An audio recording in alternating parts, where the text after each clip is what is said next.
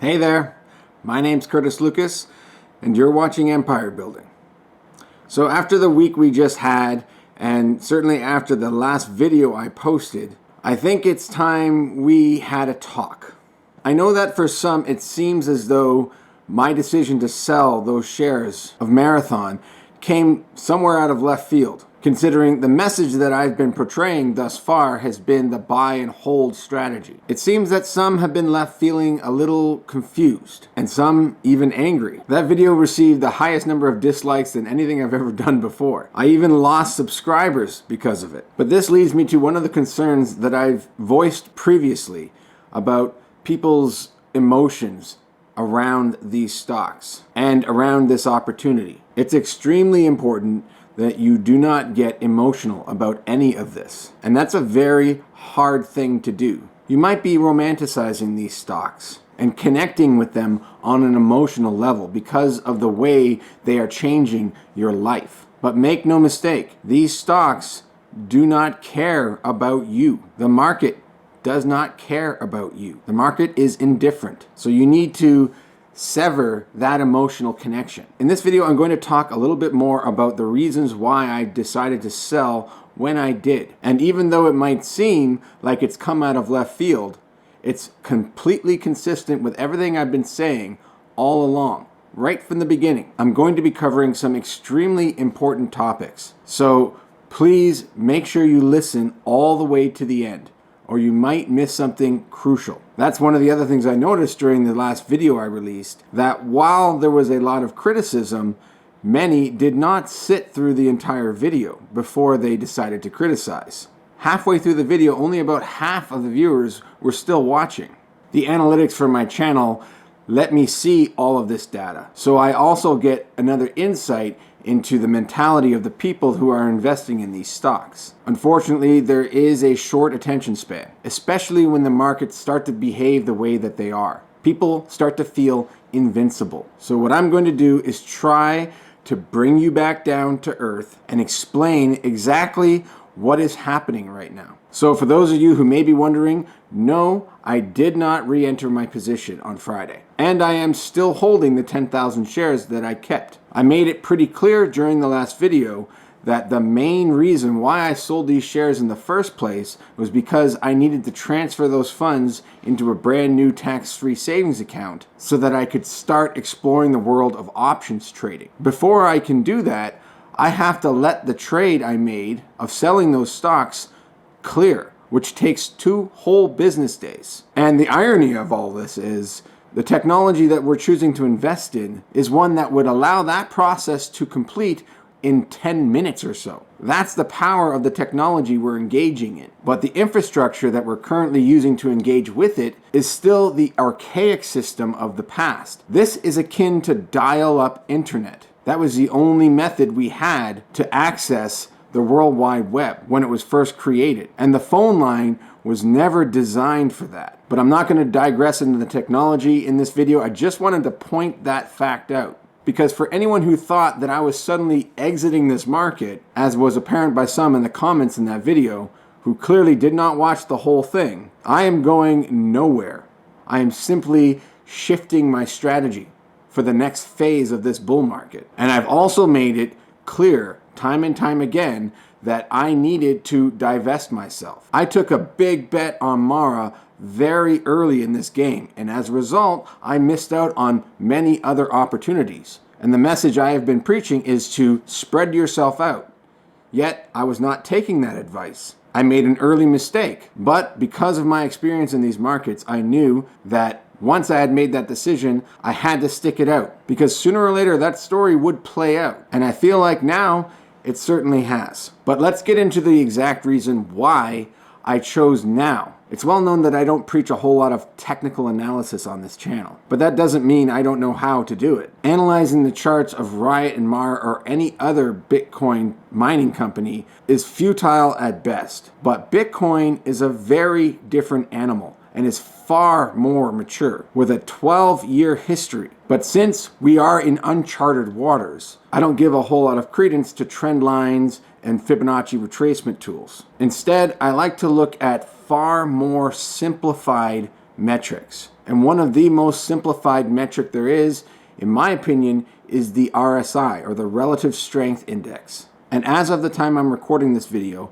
the weekly RSI on Bitcoin has reached a near record high of 95.24. There is only 2 other times in Bitcoin's entire 12-year history that the RSI has reached levels this high. If we look at the daily RSI, we can see we've reached levels of 89.8. For those of you who aren't familiar with the RSI, the Relative Strength Index, RSI, is a momentum indicator used in technical analysis that measures the magnitude of recent price changes to evaluate overbought or oversold conditions in the price of a stock or other asset.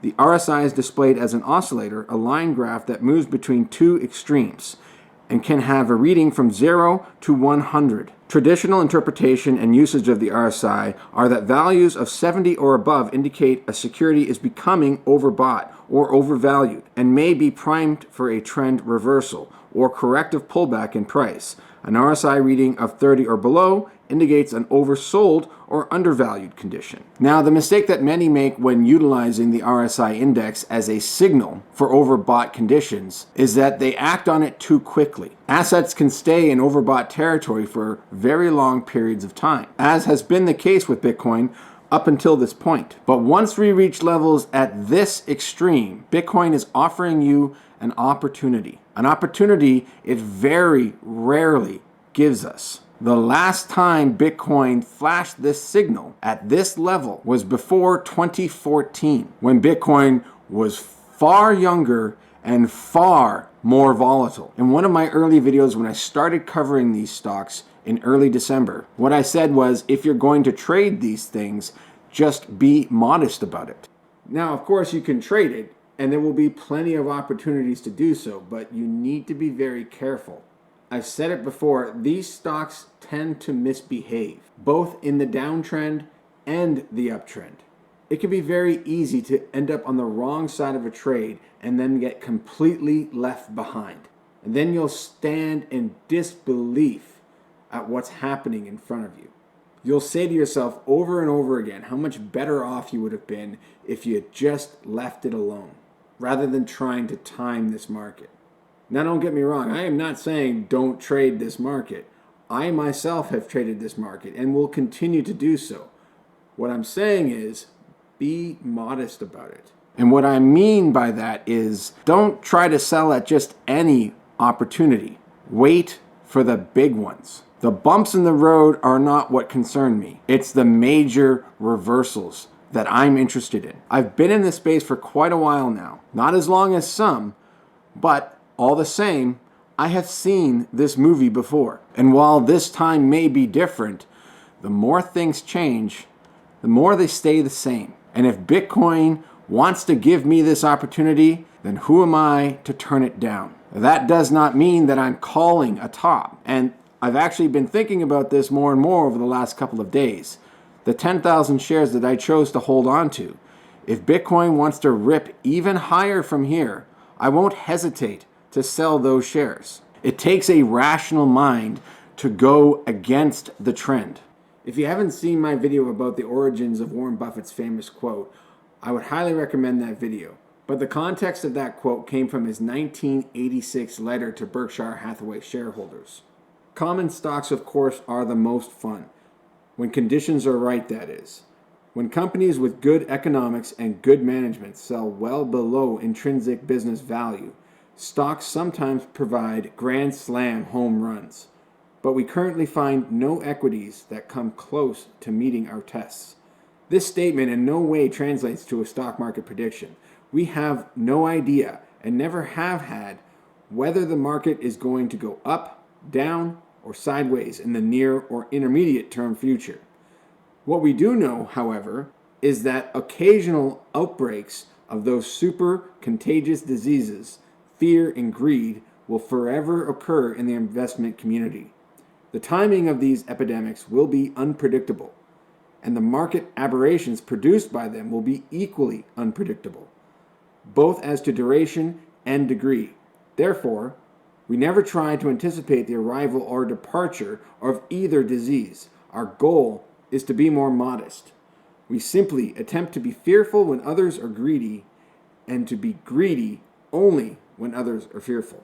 By now, probably everyone in these stocks have heard the phrase, the trend is your friend, so don't go against it. But that's not the entire saying. The rest of it goes, the trend is your friend until the end when it bends. No market can sustain this kind of price action indefinitely. Many have pointed to Tesla as an example of an asset that has remained overbought for extended periods of time, and this is true. However, even within that stock, the RSI never reached levels that Bitcoin is at now. And there were several corrections that occurred far before the RSI reached levels where we are today in Bitcoin. The irony of this is I started this channel exactly 1 year ago today. And the very first video that I posted was how I sold my Tesla shares too early. If you do go back and watch that video, you'll see how much has changed since I started this channel. But here's the interesting part. Back then I managed to acquire 100 shares of Tesla for a little over $25,000 US. And I let go of them way too soon. And that experience taught me a great deal. And I swore I would never make that mistake again. And Tesla has been on a tear ever since for a whole year. But here's the thing. In the last month, that same account that held those 100 shares of Tesla has now surpassed the value that those 100 shares would have today. After the split in Tesla stock, if I was still holding onto those shares, that account would now contain 500 shares of Tesla. At $880 a share, that would have given that account a total value of $444,000 US today. But in the last month, as a result of holding Mara shares, that account is now grown to $547,881. That would be an equivalent value in Tesla of $1,095. And Mara did that in 1 month. I've also warned before that we are swimming in shark-infested waters. There are speculators and day traders in this market with far greater balances than I have. The institutional investors have yet to arrive, and I can guarantee you they are not buying at these prices. They're not fools. They know how to read a chart just as well as I can. They will be buying when blood is running in the streets, and there will be blood. So, as I've said, the more I've thought about it, the more I realize, obviously the sun's getting into my image here, but we're just going to try and wrap this up. Currently, Bitcoin is consolidating into another symmetric triangle, as it has done many, many times over the last couple of months. And each time, we've broken to the upside. Should that happen again, and these stocks continue to tear throughout the early parts of next week, I won't hesitate to sell. I started out 12 months ago when I posted that first video with an account balance of $30,605.94. As of recording this video today, 1 year later, my account is now valued at $1,015,415.75. That's a percent gain of 2,587. So consider that if you think my hands might be weak. I am not saying that the buy and hold strategy does not ring true here. If you choose to continue holding on, you will be just fine, in my opinion. But when Bitcoin decides to give us an opportunity it has only offered twice in its history, that is an opportunity I simply cannot pass up. But regardless of whatever happens next, I'm not going anywhere. This is still the most exciting opportunity of our lifetime. And I do believe we are truly just getting started. But every bull market needs time to balance itself before heading higher. And I think we are at one of those inflection points as we speak. I cannot say exactly where we'll top out, but this is why you do not exit all at once. Always try to leave something on the table. But if you're selling into euphoria, it's hard to rationalize that that is an irresponsible decision. And once we enter the next phase of this run, I'm going to be taking the lessons I've learned up until this point and redistribute myself to take advantage of the inconsistencies that we've already witnessed take place. And also continue to explore the benefits of these option markets that I'm just now beginning to discover. And I'll pass whatever knowledge I gain on to all of you. But before I get completely blinded by this sun, we'll leave it there. So I hope you all enjoy the rest of your weekend, and I'll see you all in the next video. Now let's get back to empire building. Bye.